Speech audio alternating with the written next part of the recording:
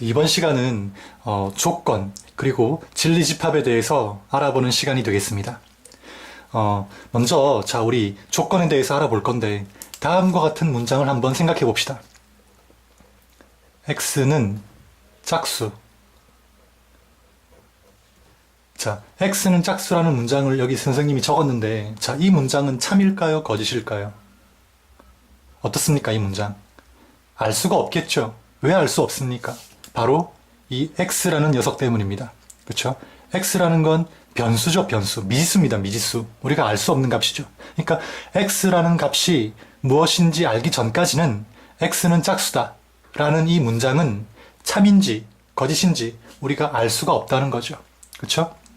하지만 우리가 이 x에다가 어떤 값을 대입한다고 생각을 해봅시다. 어떤 값을, 가령 1을 대입한다고 생각해 봅시다. 그럼 1은 짝수가 되는데 이 문장은 그렇게 되면 거짓이겠죠. 2를 대입하면 어떻습니까? 2는 짝수다. 그럼 참이겠죠. 그렇죠? 그러니까 결국 이 문장은 변수, 즉 미지수 x에 어떤 값을 대입하느냐에 따라서 참이 되기도 하고 거짓이 되기도 합니다. 이렇듯 문장 안에 변수 혹은 미지수를 포함하는 문장으로서 혹은 식으로서 x에 혹은 그 미지수에 어떤 적당한 값을 대입할 때 그때 참 거짓이 밝혀지는 문장이나 식, 이런 문장이나 식을 우리가 조건이라고 합니다. 그러니까 간단히 얘기하면 문장에 변수 혹은 미지수 x가 포함되어 있는 식, 이렇게 얘기하면 되겠죠. 이런 문장을 조건 혹은 조건 명제라고도 합니다.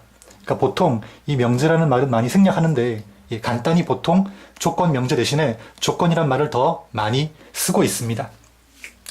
그 다음에 이런 명제처럼 이런 조건도 우리가 문장이나 식으로 나타나기 때문에 좀 깁니다. 그렇죠? 그래서 이름을 주곤 합니다. 물론 조건 명제, 조건도 명제이기 때문에 그렇죠? 소문자로 이름을 줄 건데 그냥 소문자로만 이름을 주지 않고 먼저 P라는 이름을 주도록 하겠습니다. 이 조건 명제 안에는 미지수가 포함되어 있죠. 그리고 이 조건 명제 P는 어떻습니까? X라는 이 변수의 영향을 받습니다. 이 값에 따라서 명제가 참인 명제가 되기도 하고 거짓인 명제가 되기도 하기 때문에 그렇죠. 그래서 괄호한 다음 마치 함수처럼 이렇게 변수의 이름을 적어줍니다. 그래서 조건 명제에 이름 붙일 때는 이렇게 소문자에다가 괄호한 후에 그 문장에 있는 미지수를 적는 방법으로 조건의 표기를 해주게 됩니다. 별로 어려운 거 없죠, 그렇죠? 조건에 대해서 이 정도로 하고 계속해서 그 조건과 이 조건과 관련이 있는 또 진리집합이라는 게 있습니다. 진리집합. 그 진리집합에 대해서 계속 알아보도록 하겠습니다. 진리집합. 진리집합. 벌써 이름에 나와 있죠, 그쵸? 내용이, 의미가 나와 있습니다. 진리란 말은 참이란 말이고, 집합은 말 그대로 집합입니다. 그러니까, 참인 집합, 이런 의미를 가지고 있다고 보면 되겠죠. 진리집합은, 조건과 관계가 있습니다. 조건. 조건은 조건 명제의 줄임말입니다. 아까 예를 들었던, x는 짝수이다. 계속해서 한번 보겠습니다. x는 짝수이다.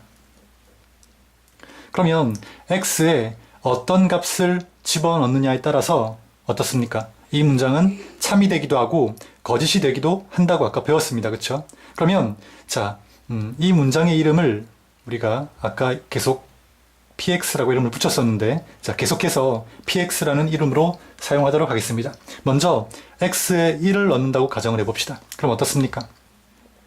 x에 1을 넣는다. 이 의미를 표현하는 기호가 p1입니다.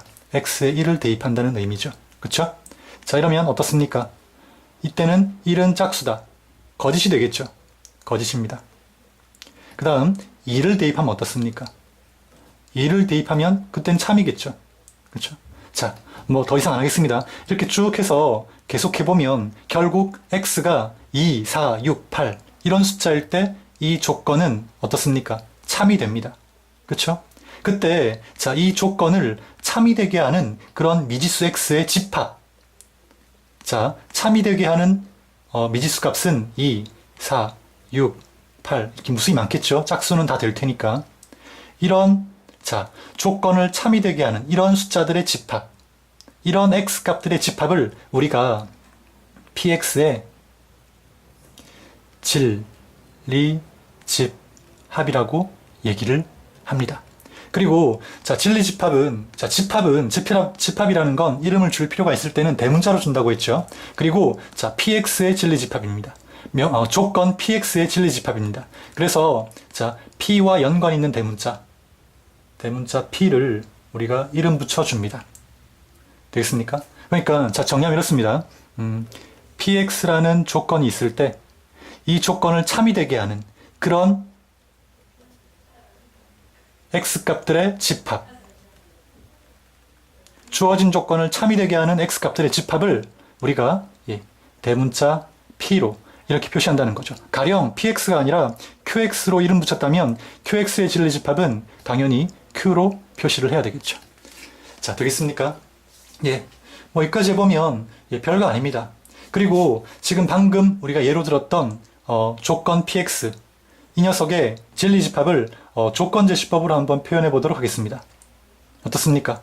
참이되게 하는 px의 조건을 참이되게 하는 그런 미지수 x 값을 우리가 px의 진리집합이라고 한다라고 했으니까 당연히 px의 진리집합 p는 x의 원소로 이루어져 있고, 그쵸? 그 다음 바 해주고, 이놈 x는 뭐가 돼야 됩니까? x는 짝수가 돼야 되겠죠. 근데 이 녀석을 가만히 보면 뭡니까? 조건이죠, 그쵸? px 조건을 의미하고 있습니다. 그래서 가령 우리가 어떤 px의 진리집합을 p라고 할 때 p의 조건제시법 표현은 다음과 같습니다. x바 px. 되겠습니까? 그렇죠? 여기서는 x는 전체 집합의 원소이다. 만약에 전체 집합이 주어졌다면 당연한 얘기겠죠. 이것까지 표현을 했네요. 이까지 지금 설명이 끝난 내용입니다. 다시 한번 여러분들이 읽어보고 차근히 읽어보고 여러분 머릿속에 잘 담아두시기 바랍니다. 여기 또 다른 예제가 나와 있으니까 이 예도 한번 살펴보시면 좋을 것 같네요. 그 다음 계속해서 이제 문제를 풀도록 하겠습니다. 이 단어는 별로 어려운 내용이 없기 때문에 지금 이 설명하는 내용은 별로 어려운 내용이 없기 때문에 간단히 하고 넘어가도록 하겠습니다. 먼저 한번 봅시다. 문제 1번. 전체 집합 U가 주어져 있습니다. U는 X라는 원소로 이루어져 있는데 그 X는 R의 원소라고 했습니다. 이때 R은 우리가 보통 실수의 집합을 의미합니다. 지금 문제에 빠져 있는데 실수라고 보면 되겠습니다. 1번 한번 보겠습니다. 1번. 조건 맞습니까? 방정식, 2차 방정식이죠. 그러니까 x에 어떤 값을 넣느냐에 따라서 이 문장은 참 또는 거짓이 되는 그런 방정식입니다. 그러니까 방정식 또한 뭡니까? 조건이라 볼 수 있다는 거죠. 그렇죠? 그럼 1번.